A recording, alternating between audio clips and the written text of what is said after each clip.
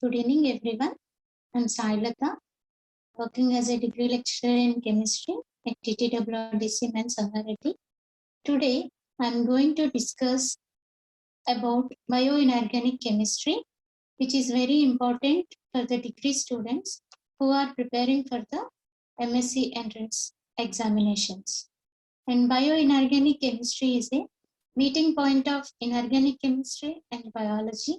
And the important aspects of this study used to understand the role of inorganic elements in the biological processes.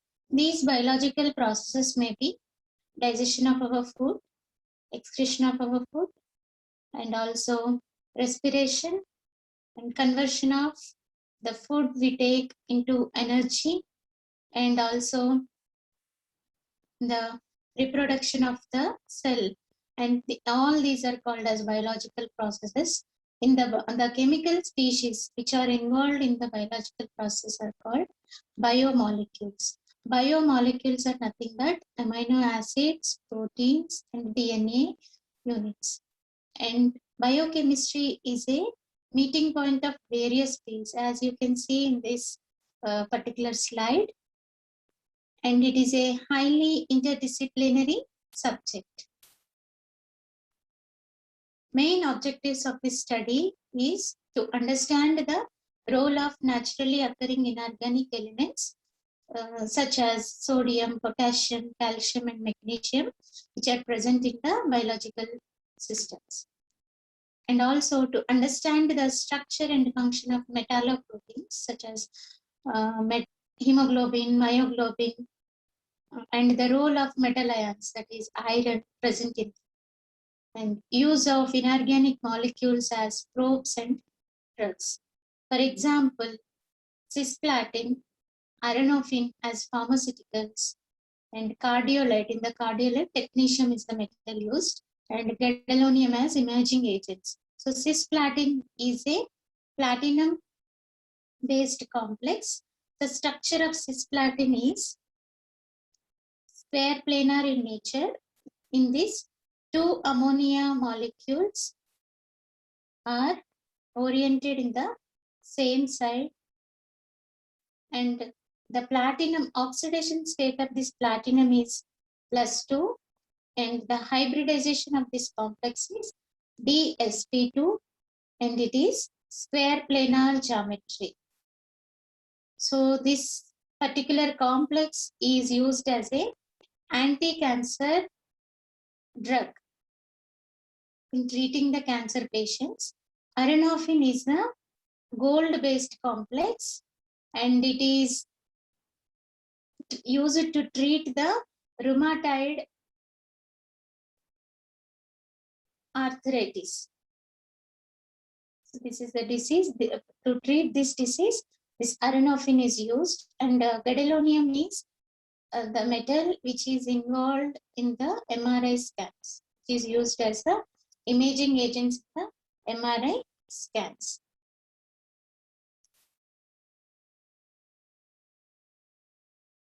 So please make note of this.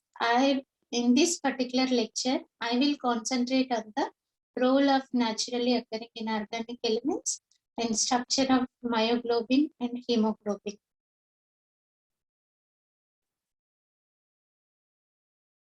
Look at the periodic table of elements. Here, some of the elements are highlighted in color.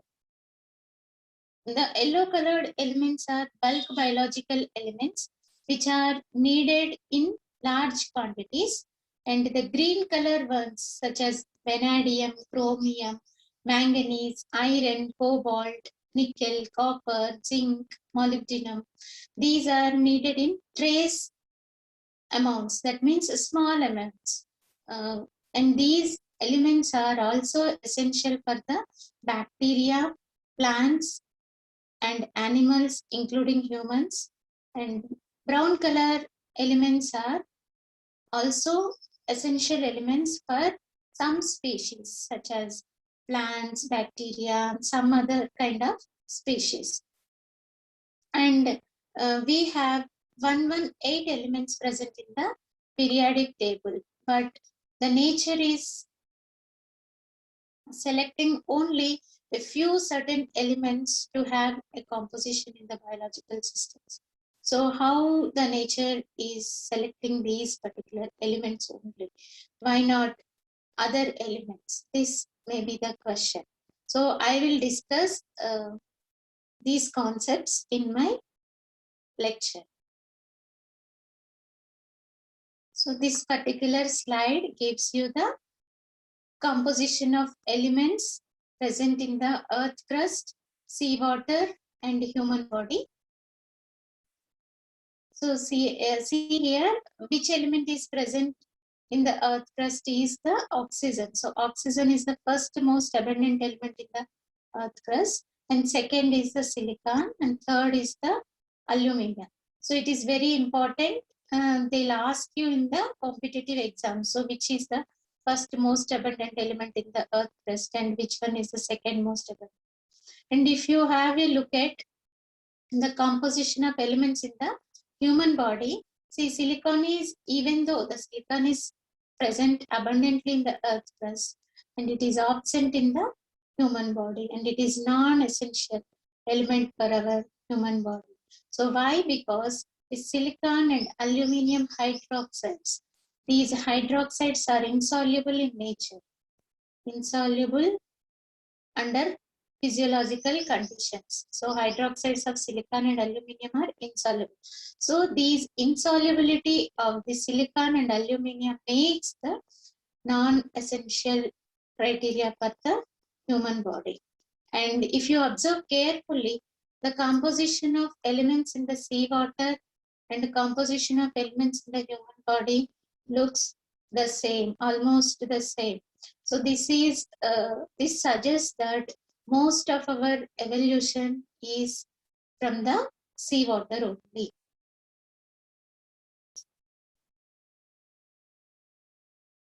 So which biological elements are important? So which inorganic elements are important biologically? So here in the previous slide we have seen, so 99% of the human body is comprised of 11 elements, and most of these are the bulk essential elements required for our body.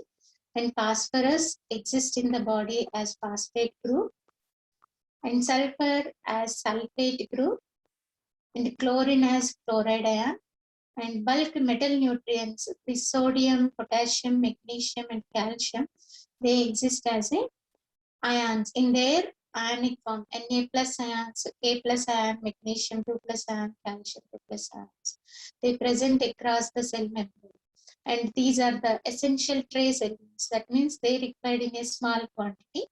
And these are essential non-metal elements which are required in a small quantity. Essential means small quantity. No, trace means small quantity is required. And if you observe vanadium, chromium, manganese, these are all 3D elements, that is third row transition elements. First row transition elements, these are called as a 3D elements. So in the 3D elements, see the percentage of abundance is more, and also they are lighter compared to the 4D and 5D elements. So these properties makes them to be selecting as a catalytic active sites in the metalloenzymes. And coming to the molybdenum case, molybdenum is a 4D element, and it is the percentage abundance of this molybdenum is very, very low in nature. Percentage abundance is very, very low in nature. But even though it is essential for our body, this molybdenum is present in the, it is useful in the nitrogen fixation. So they'll ask you, I will tell you detail about nitrogen fixation. So it is useful in the nitrogen fixation. So why this molybdenum is essential? So which property makes this molybdenum to be essential? That is, it can exhibit variable oxidation states, and also it can have more stable coordination compounds. More stable coordination compounds with the coordination number +4 to +8. So this is the reason why this molybdenum is to be chosen. And coming to the non-metal elements, fluorine is essential element, and the excess of the fluorine causes fluorosis disease, and deficiency of this fluorine causes tooth decay. So fluorine is present in the enamel of the teeth, and which is a very strong material. Okay, so tooth decay. And selenium, it acts as an antioxidant. It also enhances our immunity system. So it is very essential to our body for the enhancement of immunity system. And iodine, it is present in the thyroid hormones, mostly in the T3 and T4. Iodine deficiency causes thyroid disorders and mental retardedness and sluggishness. So these are some particular elements which are essential for our body. And there are other elements which are toxic also. So toxic elements are the lead, mercury, arsenic. These are toxic, and if we have in larger quantities, the persons may die.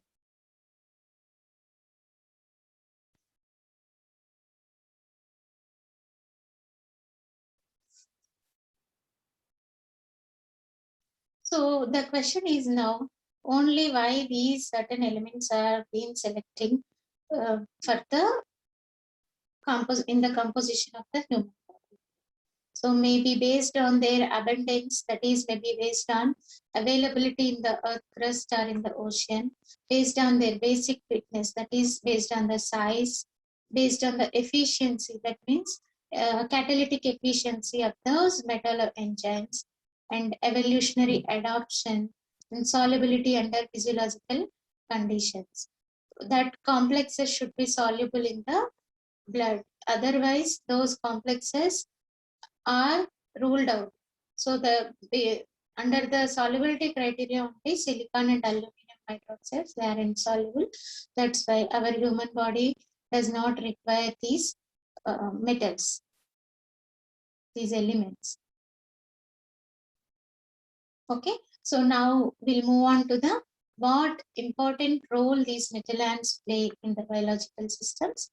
See, here I have given some particular table containing some elements, and these metal ions will play functional role and the structural role. See here, sodium and potassium, it is very useful in the sodium and potassium channel, that is the nerve signals and impulses and muscle contractions also. Calcium is present in the bones and the teeth, and it is important for the rigidity. Magnesium is also present in the plants in chlorophyll,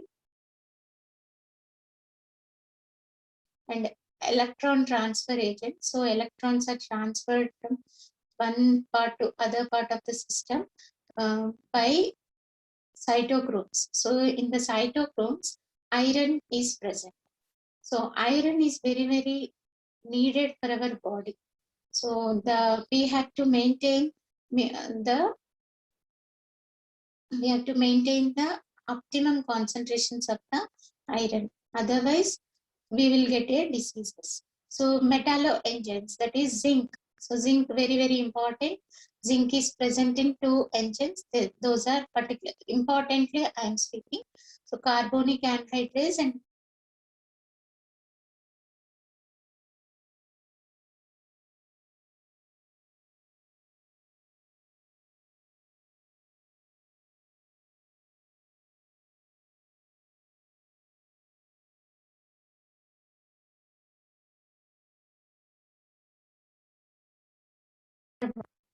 And the concentration of the zinc is also we have to maintain in a minimum, in a optimum quantity. That means the balanced concentration we should have.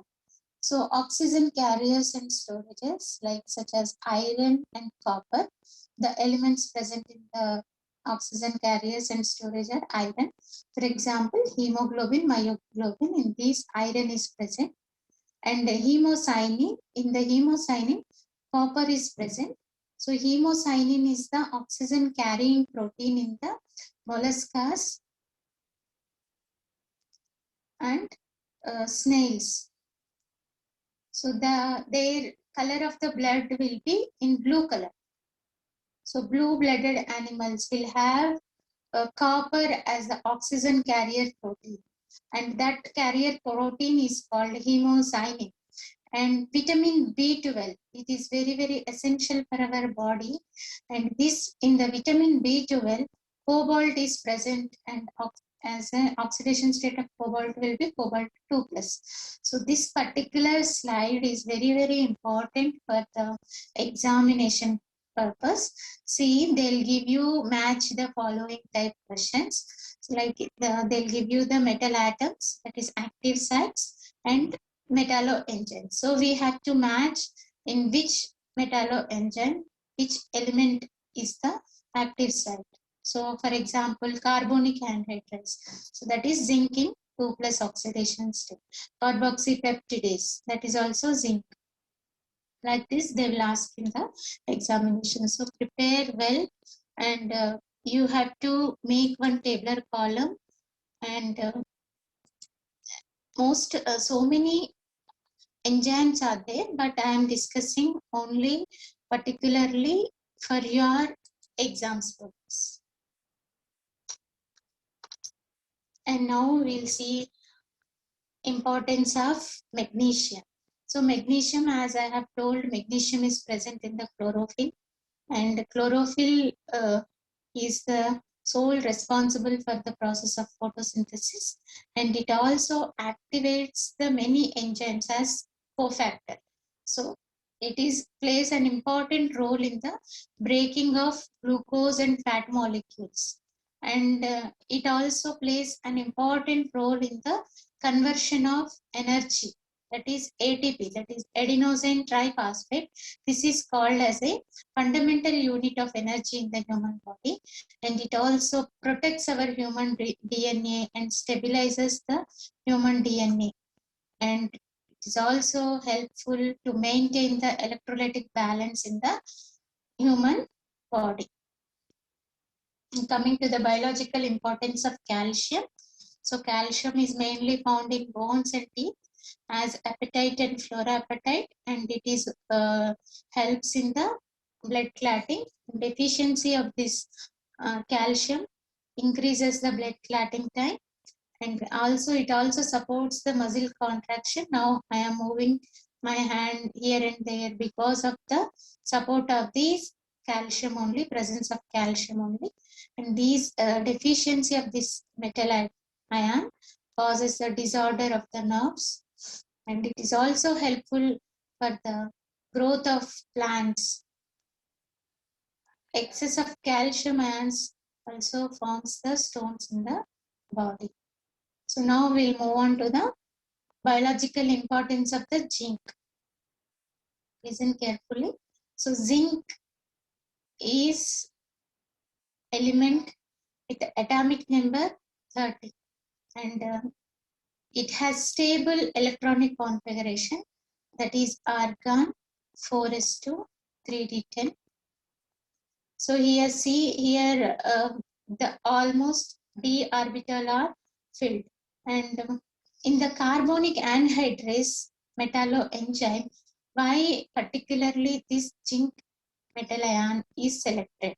Why not other metal ions? Why? Because it is a good Lewis acid. So what is the meaning of Lewis acid? Lewis acid is a electron pair acceptor.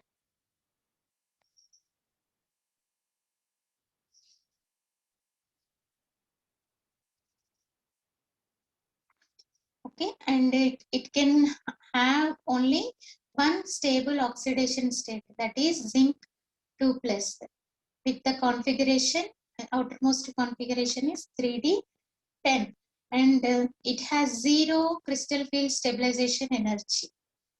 So all these properties makes the complex more labile. So what is the meaning of labile? Labile means it can displace or transfers the water molecules within a short period of time.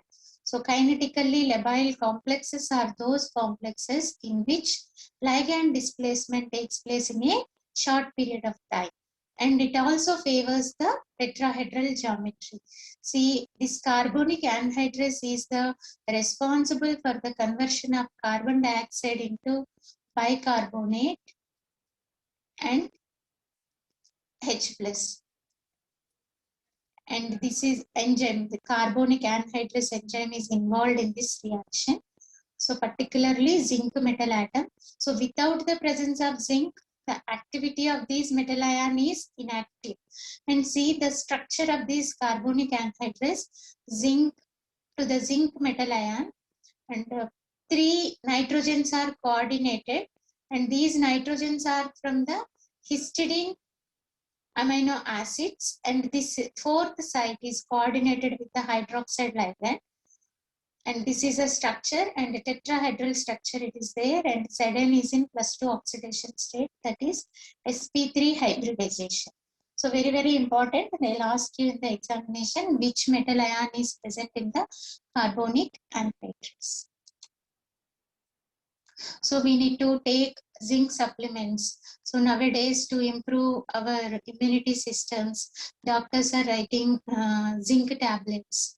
So try to understand how important these zinc ions are for our body. And we need to have a metal ion concentration to be maintained within a certain level. So as you see in this particular graph, this gives you the idea about if the metal ion is in the optimal quantity, that means in the within a range. So if it is present in the within a range, that means the person is healthy. And if it is in the deficient condition, we may get diseases, and if it is excess also, we may get diseases. And the huge excess leads to toxic effect, that leads to death of the person, and lack of that metal also causes the death of the person. So we need to have a proper diet to maintain the balanced diet to maintain the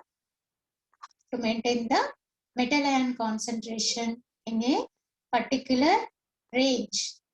Okay.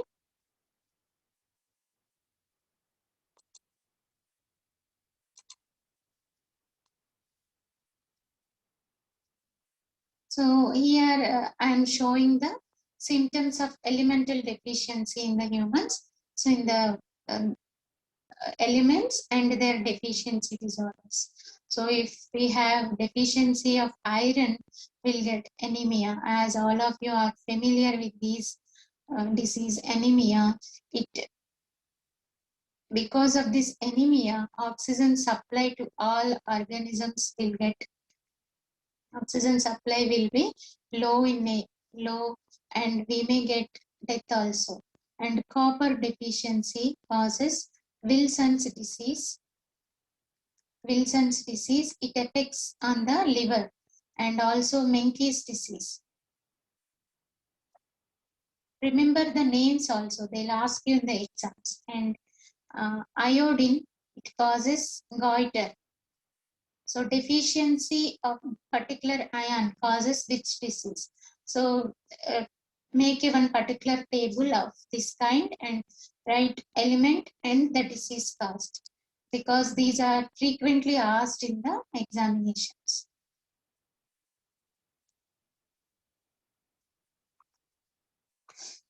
See, these are the medicines which supplements these metal deficiency. So thyroxine is used for the deficiency of iodine.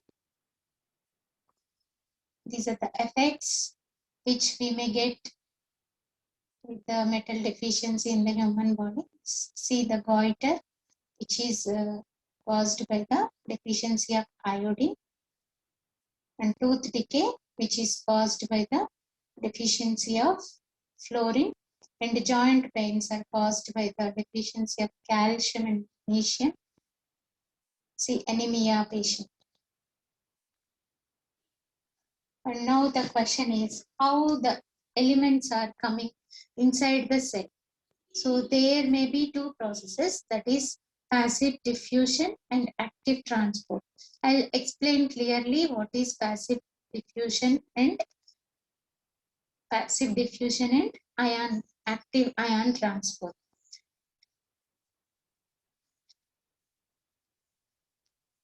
And here it is a semi-permeable membrane. So it does not allow other elements to move into the, it acts as a salt bridge.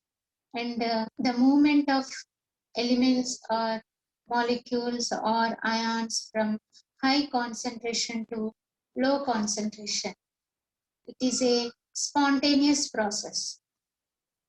It is a spontaneous process and requires no energy is required. Requires no energy. It is a spontaneous process. For example, if you soak a soya beans in the water for about 12 hours, so what happens? These soya beans will get swollen out. So because the water is transferred from the beaker to the soya beans. Okay. So, and the concentration of water, initially it was high. And in the second beaker, the second picture, the concentration of water in the soya beans and beaker are equal or maybe high or low. So here the movement of water molecule taking place from high concentration to the low concentration. So this is a spontaneous process and it does not require any energy. So this process is called osmosis. So in this way, the elements may be enter into our body. In this process, like passive diffusion, we are naming it as passive diffusion. Through the passive diffusion, elements like iron 2 plus, iron 3 plus enter into our body. And we have another type of diffusion, that is active ion transport. It is nothing but the reverse process. That means if the ions or elements are moving from low concentration to the high concentration, the elements are moving from the low concentration to the high concentration. It is called active ion transport, and we need energy. Energy is required for the process. Energy is required for the process.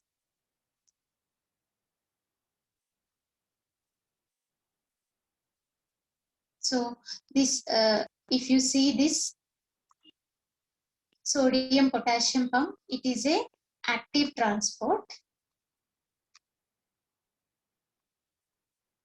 and it is a passive diffusion. If you observe these pictures, it is a passive transport.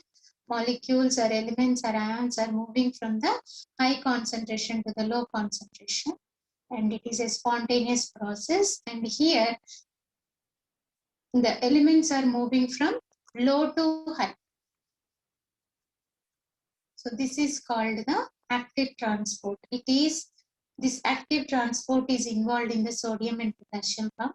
So for this active transport, ATP is converting into ADP. And as you see in this particular picture, sodium ions are moving from inside of the cell membrane to the outside of the cell membrane.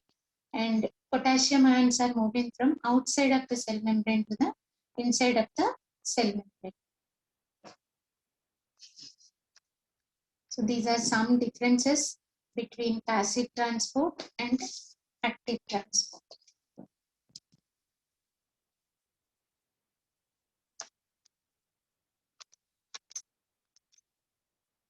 So we'll see now the mechanism of sodium potassium pump, which is important for the degree examinations. So we'll have a pictorial idea. See, this is the cell wall. Okay. So in the cell wall, it is outside of the cell wall, and this is the inside of the cell wall. At the outside, concentration of sodium ions is high, and inside, concentration of the sodium ion is low. And reverse is the case with the potassium ions.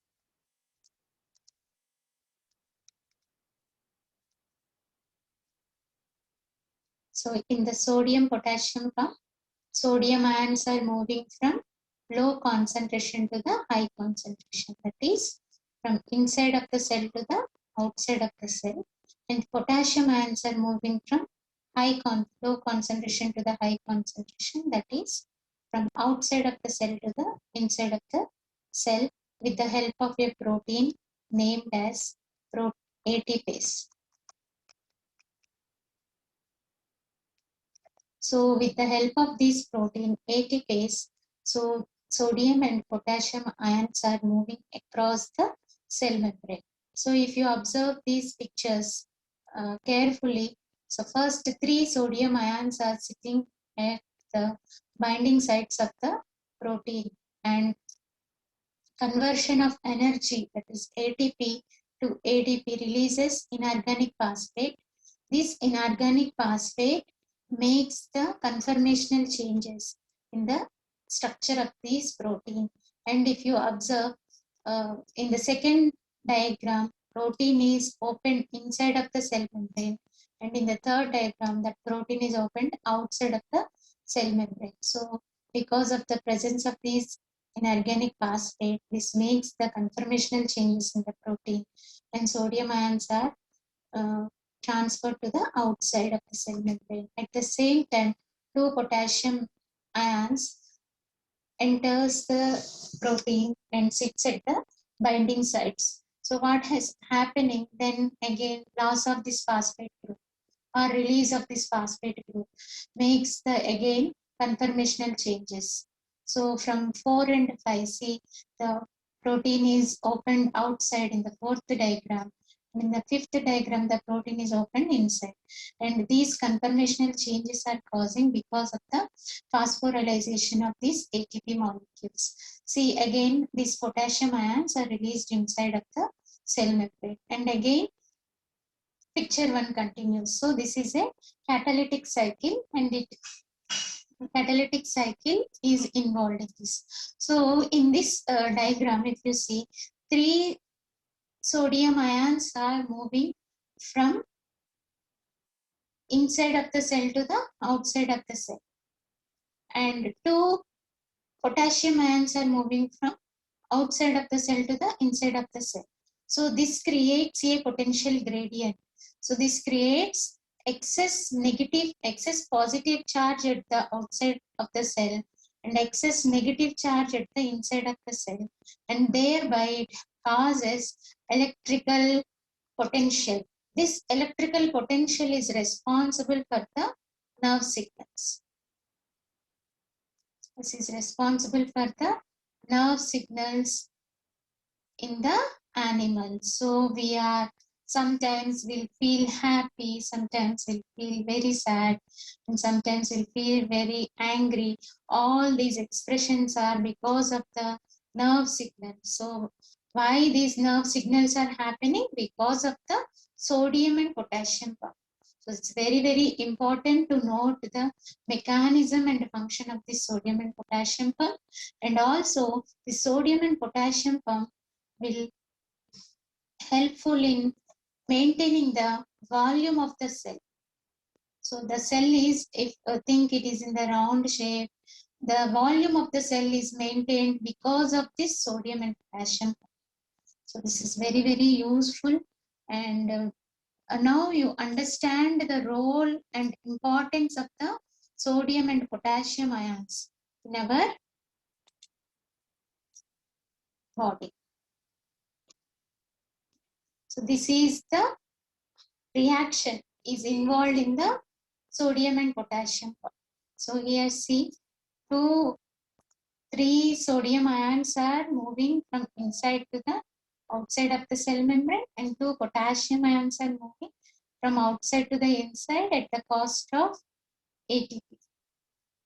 So by consuming ATP into ADP.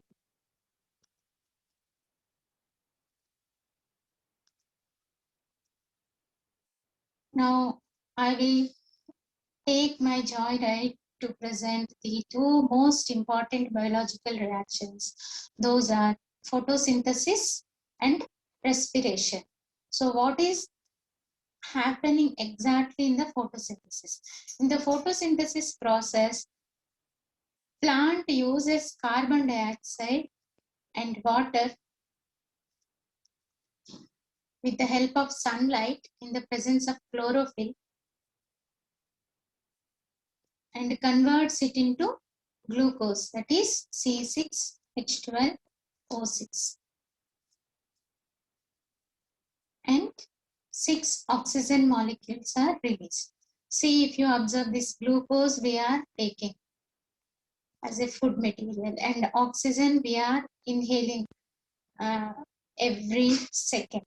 So these glucose and oxygen are we are inhaling, human beings are inhaled, and this oxygen, particular this oxygen, it combines with the sugar molecules and produces energy, water, and carbon dioxide.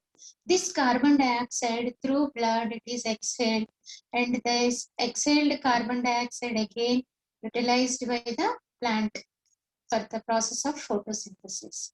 So these 2 are very, very important biological processes which are happening daily in our body. So in this particular lecture, I will concentrate much about respiration process. So in the respiration, the redox reaction takes place. Redox reaction of dioxygen to water. So that is water is converting, oxygen is converting into water molecule. So with the help of 4 protons and 4 electrons. These protons are supplied by the mitochondria across the cell membrane, and mitochondria, as you know, it is a powerhouse of the cell. And if you see these pictures, these are the metalloproteins which are responsible for the respiration process. Those are hemoglobin and myoglobin.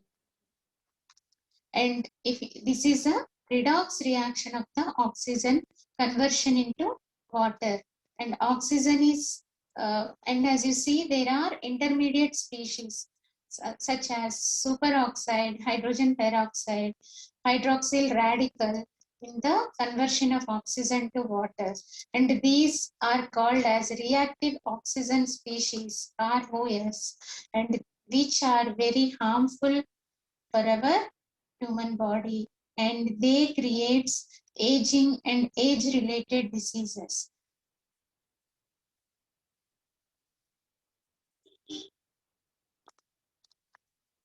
So if you see in this particular slide how our face is changed because of the production of reactive oxygen species. So we need to have particular antioxidants which suppresses the generation of these reactive oxygen species in the conversion of oxygen to water. So what happens? Now we inhaled the oxygen to the lungs, and what exactly the role this oxygen will play. So oxygen, with the help of this glucose molecule, it converts into carbon dioxide, water, and energy. Energy is stored in the form of adenosine triphosphate.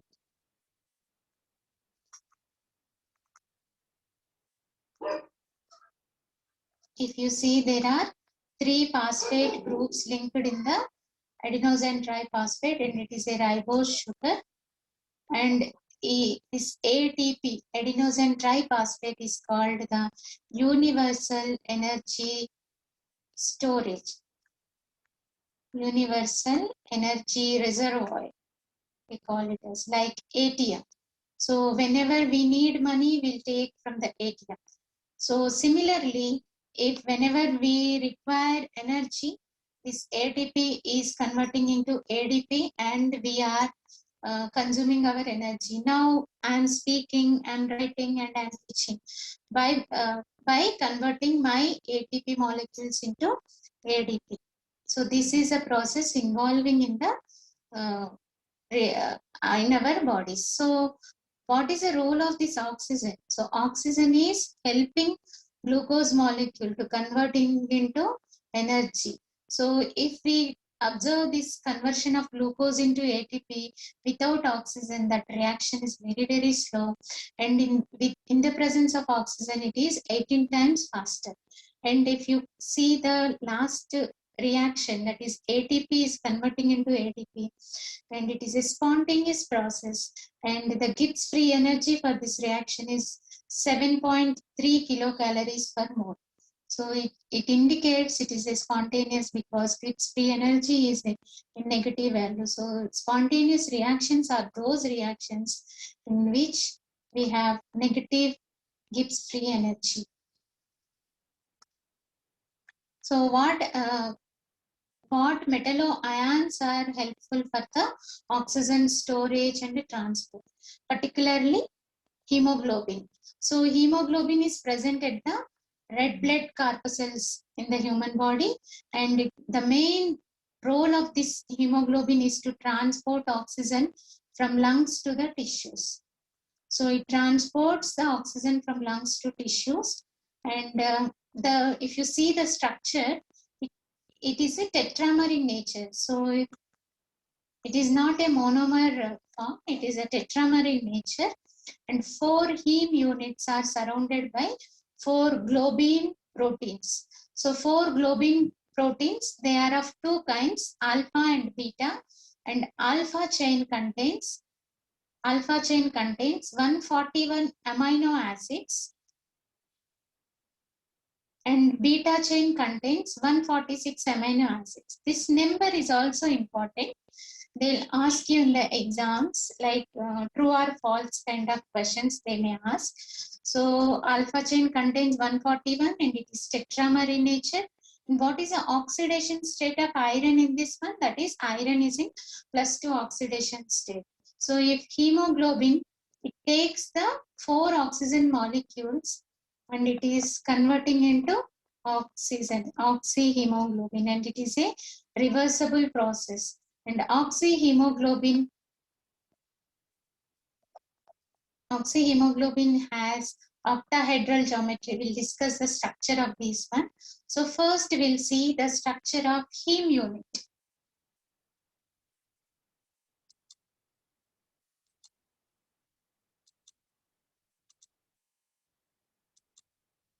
This is the structure of porphyrin ring, structure of protoporphyrin 9, and this is the structure of heme unit. So now you observe in the heme unit, 4 pyrrole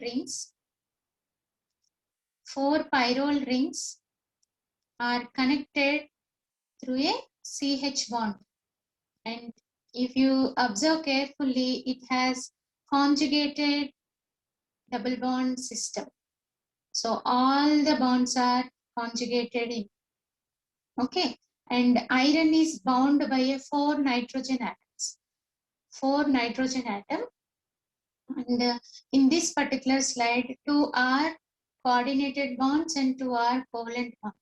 And if you see, iron oxidation state is in the +2 configuration. And here we have 11 double bonds. 11 double bonds present in the particular heme unit. 1, 2, 3, 4, 5, 6, 7, 8, 9, 10, and 11. So these are 11 double bonds present in the heme unit. That means 22 pi electrons. 11 conjugated double bonds are there. Conjugation means transfer of pi electrons. So that means 11 conjugated double bonds. They occur in the resonance. So 22 pi electrons. That means 4n plus 2 pi electron system. So n value is 5. So it satisfies the Huckel rule. So it satisfies the Huckel's rule of aromaticity. And so this heme units are aromatic in nature. These are aromatic in nature and it is a planar molecule. See, you have square planar geometry. So it is planar aromatic. So all these points are very, very important. Why? Because these conjugated double bonds, they'll ask you the number, how many conjugated double bonds are present in the heme unit, and whether this particular heme unit is aromatic or not, and whether this particular heme unit is planar or not planar. So these type of questions are asked in the entrances. So practice the structure of these heme unit.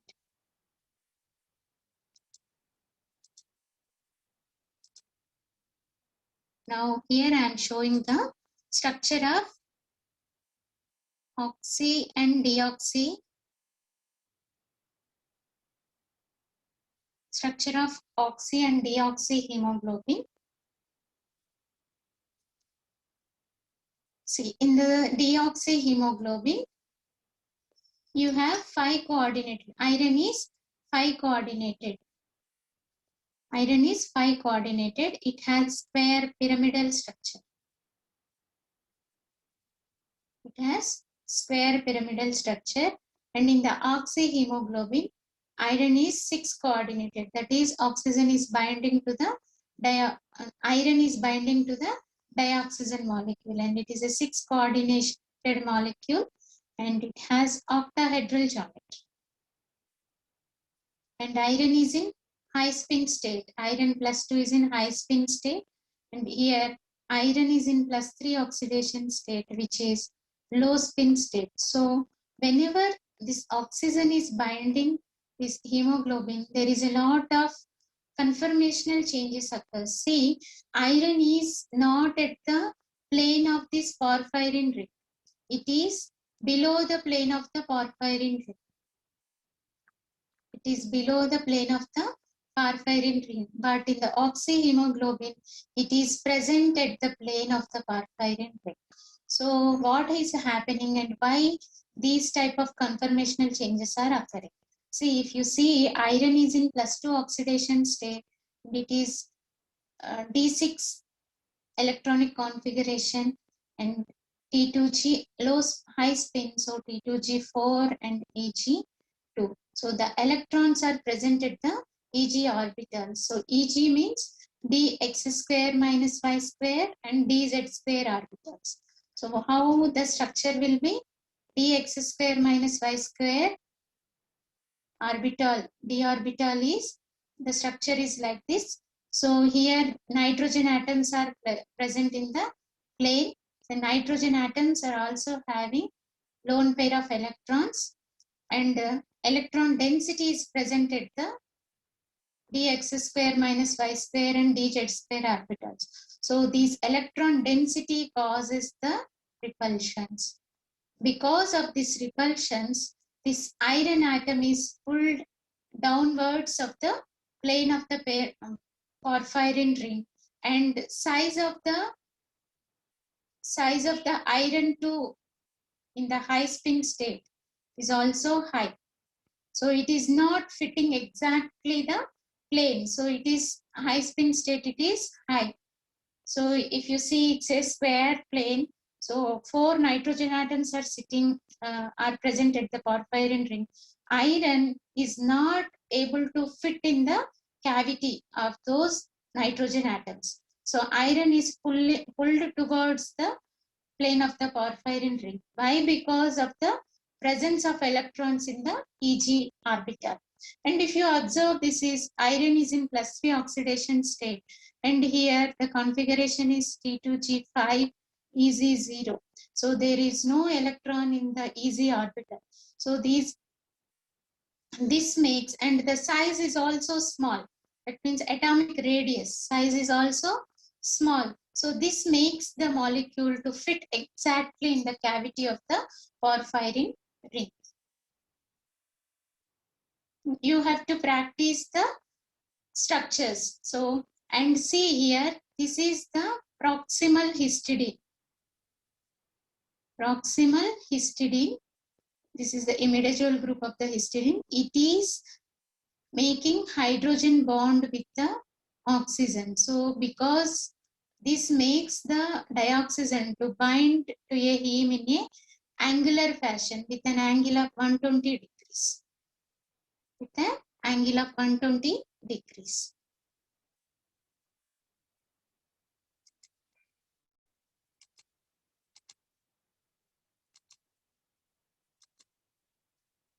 So I'm just showing the how these proteins are formed.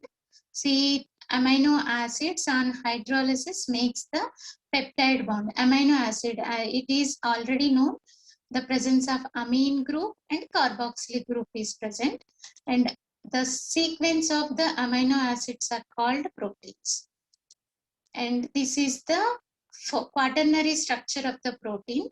And we have already known that hemoglobin has 4 globin proteins which are surrounded by the heme units. So these globin protein, how this is exactly happening is shown over here. And hydrogen bonds are existing between the protein chains, and it has double helical structure, and lastly it has quaternary protein structure. And in this particular diagram you see the X-ray diagram of the hemoglobin. So if you observe, these are the heme molecules which are surrounded by the Hughes protein molecules. These are globin protein molecules. See, these protein molecules have NH2 groups. So NH3 plus ions outside, and it is COO minus ions. It is outside. So these are having electrostatic interactions among these two, and this makes the protein to bind strongly, and it makes the stability. And inside of the heme, these are hydrophobic in nature, and outside part they are hydrophilic in nature. That means they are polar in nature, and inside they are non-polar in nature.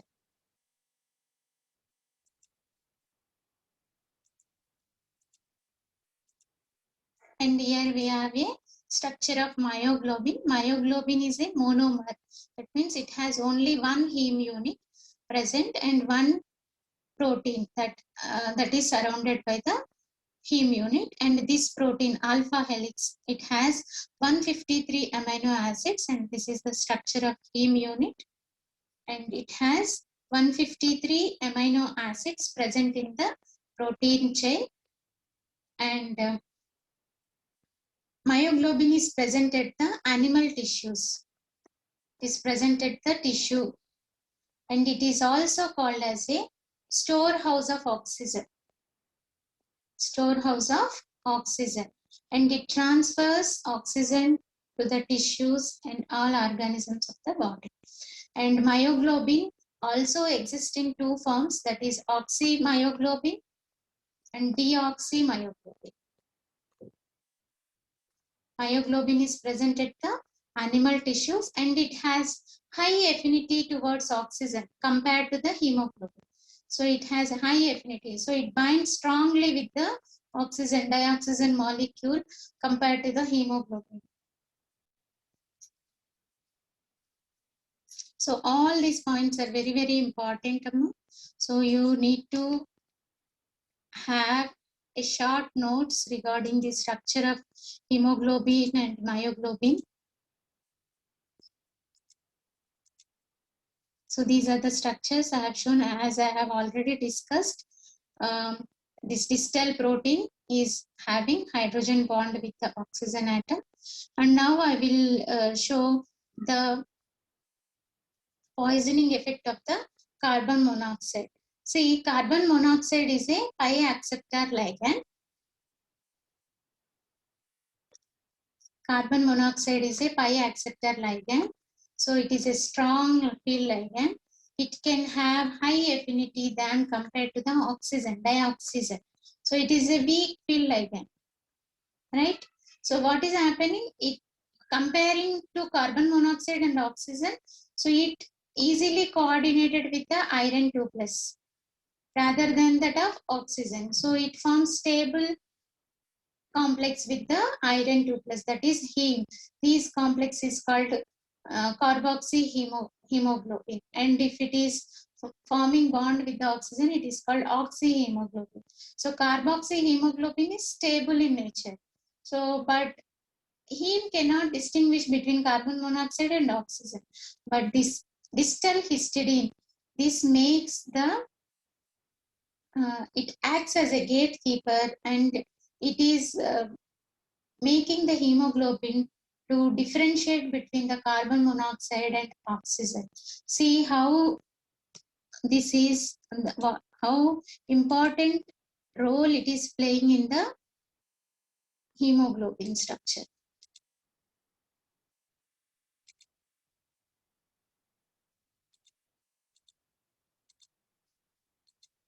See in this particular slide, carbon monoxide has a linear structure and it binds at a perpendicularly to the heme unit. Okay, but this particular distal histidine makes the dioxygen to bind in a angular mode to have hydrogen bond with it. But here there is no hydrogen bond present at the carbon monoxide. Here there is a steric clash between the carbon monoxide and distal histidine. So carbon monoxide binds like this only. This binding is not possible. So what is happening? There is no interaction, that is hydrogen bond present at the distal histidine. So this makes the difference, and in this way this hemoglobin identifies whether the molecule is oxygen or carbon monoxide. And what happens, see here, this carbon oxygen can leave the molecule. So hemoglobin, it takes the oxygen, and forms as oxyhemoglobin in the lungs, and it transfers to the muscle tissues. It transfers to the myoglobin, and myoglobin forms the oxymyoglobin. Okay, so myoglobin. And from the muscles, what is happening? And at the muscles, carbon dioxide and energy is stored. So carbon dioxide, and with the help of carbonic anhydrase enzyme, it is converting into bicarbonate and H plus. That means the pH of the blood will be acidic in nature. But these H plus ions are carried out by the globin protein. So globin protein has NH2 groups now. So these NH2 groups will bind with this H plus ion, and it carries this H plus ions, and bicarbonate, it is dissolved in blood and soluble in blood. So this bicarbonate is, with the help of blood, it reaches the lungs. And in here, this bicarbonate and H plus, again reverse reaction takes place, and it is converting into carbon dioxide and water with the help of carbonic anhydrase. So here the role of carbonic anhydrase takes place, and this is the total process of respiration. See here, oxygen is transferred to the myoglobin, hemoglobin transfers oxygen to the myoglobin, and myoglobin stores the oxygen and supplies, and it uses the oxygen to convert oxygen into oxygen into water plus carbon dioxide and energy.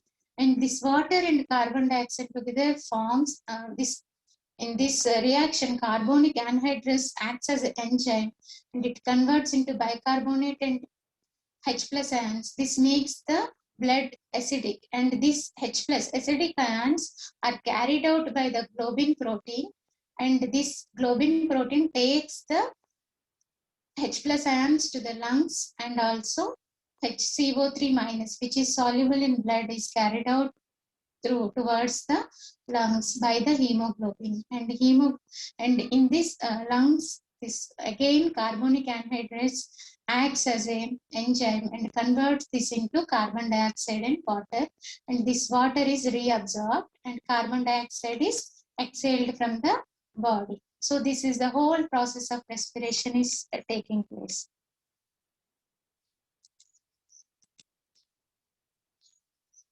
So in the conclusion, in today's lecture, I have discussed about the role of importance of naturally occurring inorganic elements such as sodium, potassium, magnesium, and calcium and zinc, and also role of metal ions, especially oxyhemoglobin, deoxyhemoglobin, and structure of myoglobin, and the poisoning effect of the carbon monoxide. What happens? This carbon monoxide forms the stable complex with the heme unit, and this is not allowing the oxygen to bind with the heme, and there is no oxygen supply to the organs, and the organ function may collapse, and it may causes a death.